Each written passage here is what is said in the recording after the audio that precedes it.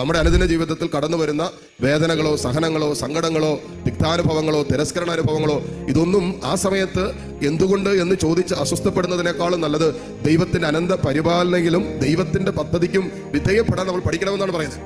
കർത്താവിന്റെ ശക്തമായ കരത്തിന്റെ കീഴിൽ താഴ്മയോടെ നിൽക്കുക, തക്ക സമയത്ത് കർത്താവ് തന്നെ ഉയർത്തും എന്ന വചനം പറയുന്നത്.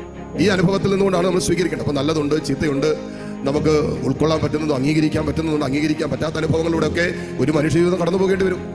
എപ്പോഴും സന്തോഷത്തിന്റെ അനുഭവങ്ങൾ ഒന്നുമല്ല നമ്മുടെ മനുഷ്യ ജീവിതത്തിൽ നമ്മൾ അനുഭവിച്ചുകൊണ്ടിരിക്കുന്നത്.